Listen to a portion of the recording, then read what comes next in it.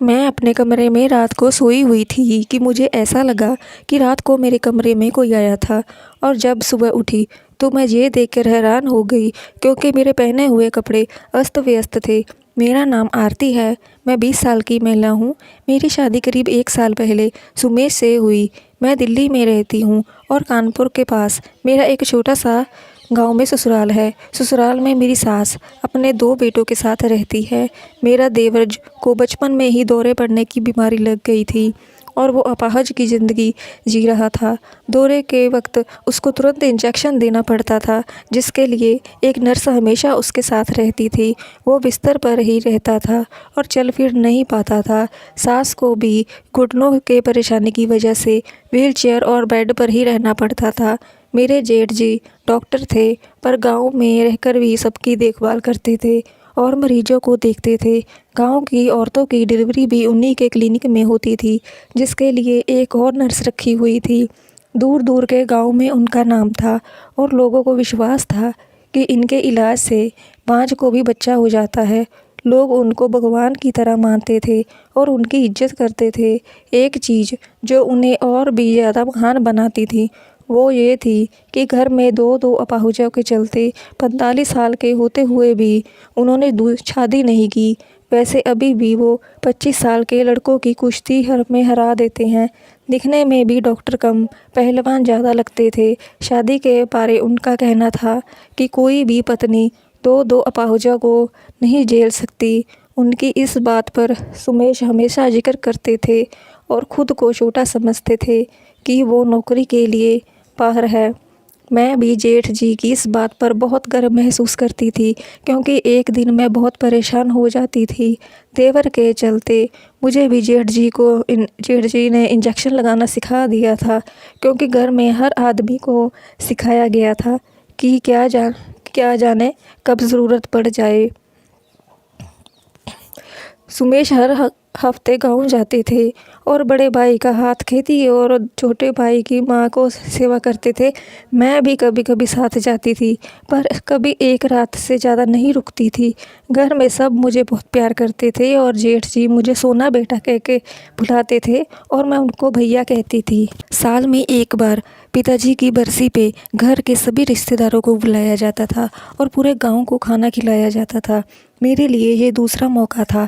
पहली बार मैं नई नवेली दुल्हन थी और चुपचाप बिस्तर पर ही बैठी रही, लेकिन इस बार सारा काम मेरे ज़िम्मे था। सुमेश की ट्रेनिंग चल रही थी और ट्रेनिंग के बाद उसको 10 दिन के लिए अमेरिका जाना था। शहर में खाली समय के कारण मैंने एक बहुत महंगा कोर्स ज्वाइन कर लिया। रोज़ 1 घंटे की क्लास होती थी। छुट्टी एडजस्ट करना मुश्किल था। गांव की नर्स 1 हफ्ते के लिए छुट्टी पर थी, जिसकी वजह से भैया भी और देवर को गांव में शहर नहीं आ सकते थे। अंत में ये फैसला हुआ कि सुमेश मुझे गांव छोड़कर उसी रात वापस लौट आएंगे और भैया मुझे 3 दिन के बाद वापस दिल्ली छोड़ आएंगे और मेरे साथ वहाँ 10 दिन तक रहेंगे, जब तक सुमेश अमेरिका से वापस नहीं आ जाते। सुबह हम गांव पहुँचे और मैं काम में लग गई। शाम को गांव को खाना खिलाने के बाद सुमेश को दिल्ली वापस जाना था। मैं पूरे दिन काम काज में बिजी रही। पूरा बदन टूट चुका था। ऐसा लगता था कि आज मैं अभी से बेहोश हो जाऊंगी। मुझे 2 बार चक्कर सी आई, पर सुमेश को नहीं बताया, क्योंकि वो बेकार परेशान होता है। मैंने भैया से कहा। उन्होंने चेक करने के बाद मुझे 2 सफ़ेद और 2 गुलाबी टैबलेट दी। सफ़ेद वाली आज और कल रात के लिए और गुलाबी दिन में खाने को बोला। घर में मेहमान के कारण मुझे किचन के ऊपर का कमरा दिया जाता था, जो आंगन की दूसरी तरफ था। ऊपर 2 कमरे थे। एक भैया और देवर को रखा गया था। भैया के ना होने में पर मैं इंजेक्शन दे सकती थी, इसके लिए मुझे उनके साथ ही रखा गया था। सुमेश के जाते ही मैं अपने कमरे में आ गई। दूसरे कमरे में देवर सो रहा था। मैंने गुलाबी साटन की साड़ी और ब्लाउज पहन रखा था। मेरे सर में दर्द था और चक्कर भी आ रहे थे। मैंने सोचा कि दवा खाकर थोड़ी देर लेटती हूँ, फिर नाइट ड्रेस पहन लूँगी। बिस्तर पर लेटते ही कब नींद आ गई पता नहीं चला। करीब 5 बजे सुबह आँख खुली तो कुछ अजीब सा लगा। मेरी साड़ी पूरी बिखरी हुई थी पेटीकोट के साथ। मैंने जल्दी से कपड़े ठीक किए और बाथरूम भागी। मुझे ऐसा लग रहा था कि मेरे साथ कुछ गलत हुआ है। मेरे तो होश ही उड़ गए कि ये कौन हो सकता है। क्या किसी ननद ने किया होगा ऐसा या किसी मर्द ने। ताज्जुब इस बात का था कि मुझे पता नहीं चला। किसी तरह इस टेंशन में मैं तैयार होकर नीचे उतरी। घर के कामकाज के लिए अंदर से मैं बहुत डरी गई थी। ज़िंदगी में पहली बार मेरे साथ ऐसा हुआ था। किसी से कुछ पूछना या बोलना मेरे लिए असंभव था। एक बार सोचा कि सुमेश से बात करूं, पर मुझे लगा कि अभी तो क्या, मैं पूरी ज़िंदगी ये बोलने का साहस नहीं कर पाऊंगी। किचन से चाय लेकर निकली तो देखा कि भैया खेत से वापस आ गए थे। उन्होंने पूछा कि तबीयत कैसी है, तो दवा टाइम पर ले रही हो या नहीं। मैंने हाँ में सर झुकाया और आगे बढ़ गई।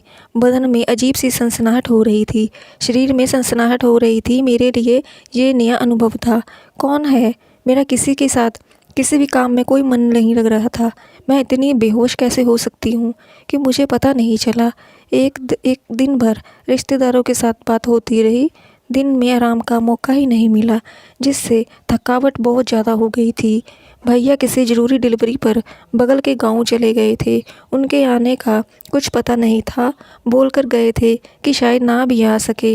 रात को शाम होते ही मुझे बहुत ज़्यादा थकावट होने लगी थी। मैंने खाना शाम को ही खाया था, इसलिए रात को खाना नहीं खाया था। मेरी सास ने कहा कि मैं जाके आराम कर लूँ। मैंने कह दिया कि अब मैं रूम में जाकर ही आराम करूँगी, तो मैं सोने के लिए चली गई। ऊपर रूम में आकर मैंने कपड़े बदलने की सोची, नाइट ड्रेस पहना और दवा खाकर सोने चली गई। दिमाग में कल की बातें चल रही थी। मैंने सोच लिया था कि आज अगर ऐसा कुछ हुआ तो मैं ज़रूर पकड़ लूँगी उस अनजान चेहरे को। शाम के 9 बजते बजते मुझे गहरी नींद आ गई। देर रात मुझे एहसास हुआ कि कमरे में डर के मारे आँख नहीं खोल पा रही थी। कमरे में हल्की हल्की रोशनी तो थी, पर आंखें खोलकर देखने के साहस मुझ में नहीं था कि अचानक मेरे पूरे बदन में एक तनाव सा आया। शायद अजनबी को कुछ शक हुआ कि मैं जाग रही हूँ। थोड़ी देर के लिए सब कुछ शांत हो गया।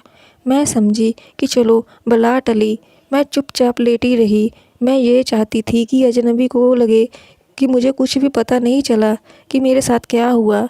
मैं किसी आहट का इंतज़ार कर रही थी कि उसके जाते जाते मैं उसे देख पाऊँ और कम से कम ये जान सकूँ कि ये कौन है। कुछ समय बाद ऐसे ही बीत गया।